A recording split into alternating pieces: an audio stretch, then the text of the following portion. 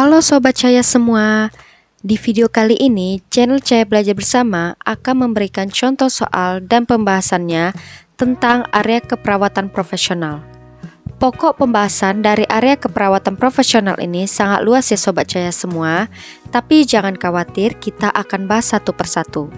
Untuk kali ini, pokok bahasannya mengenai palliative care, patient safety, dan kesehatan pariwisata.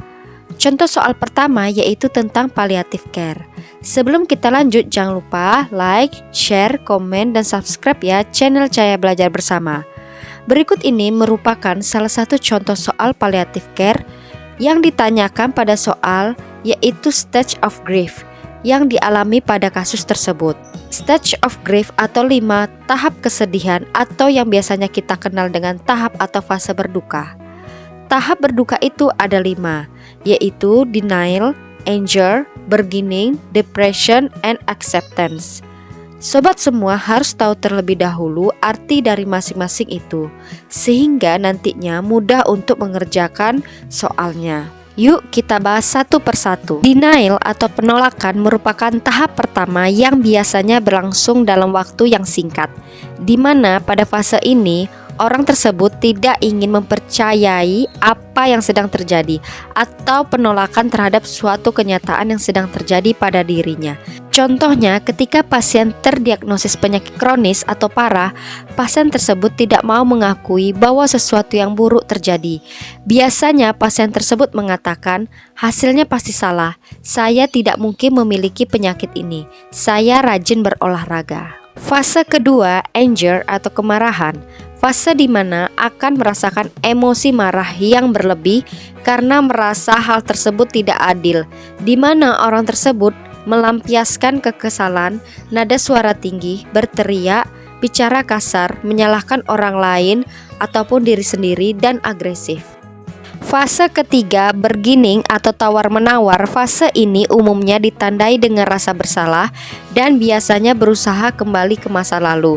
Orang tersebut mulai mencari cara untuk mencegah terjadinya peristiwa buruk yang sedang dialami di kemudian hari. Depression atau depresi.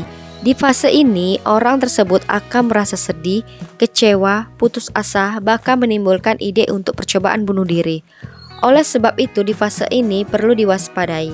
Tanda dari fase ini yaitu menolak makan, menolak bicara, menyatakan putus asa, tidak berharga, susah tidur, dan letih. Fase kelima, acceptance atau penerimaan. Pada fase ini, seseorang bisa menerima kenyataan bahwa peristiwa buruk yang sedang dialaminya benar-benar terjadi dan tidak dapat diubah. Orang tersebut mulai bisa belajar untuk menyesuaikan diri dengan kenyataan yang ada. Kita lihat pada soal, di mana seseorang tersebut menunjukkan tanda diam, menolak dikunjungi, dan ada kata andai saja. Sudah jelas ya Sobat Cahaya semua, jawaban yang tepat adalah D, bargaining. Lanjut topik kedua tentang patient safety. Mengidentifikasi pasien merupakan salah satu contoh soal yang berkaitan dengan patient safety. Dalam melakukan asuhan keperawatan, penting bagi kita seorang perawat untuk mengidentifikasi pasien terlebih dahulu, biar tidak terjadi sesuatu yang tidak diinginkan. Kebijakan atau prosedur mengidentifikasi pasien seperti nama dengan 2 nama pasien, nomor identifikasi pasien, menggunakan nomor rekam medis, tanggal lahir, dan gelang identitas pasien dengan barcode atau cara lainnya. Nomor kamar atau lokasi pasien tidak bisa digunakan untuk identifikasi pasien, karena bisa saja pasien tersebut pindah kamar, pindah pangsal, apalagi kan dalam satu kamar ada yang 2, 4, sampai 6 tempat tidur. Hal ini bisa menyebabkan kesalahan pengidentifikasian. Jadi jawaban yang tepat adalah A, nomor kamar. Lanjut ke contoh soal nomor 3 dengan bahasan kesehatan pariwisata. Kita lihat pada soal di mana Tuan A akan berwisata ke salah satu negara di Afrika dan ia ingin melakukan vaksin dan konseling. Untuk sekedar pengetahuan Sobat Cahaya semua, bila ingin berlibur atau berwisata ke negara Afrika, maka vaksin yellow fever ini wajib didapatkan. Bahkan vaksin ini diwajibkan oleh WHO karena vaksin yellow fever ini dilakukan untuk mengurangi risiko terjadinya penyakit demam kuning yang disebabkan oleh virus yang menyebar melalui gigitan nyamuk.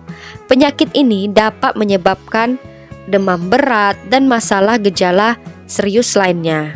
Nanti setelah divaksin ini, maka akan mendapatkan sertifikat internasional untuk yellow fever yang berlaku selama 10 tahun.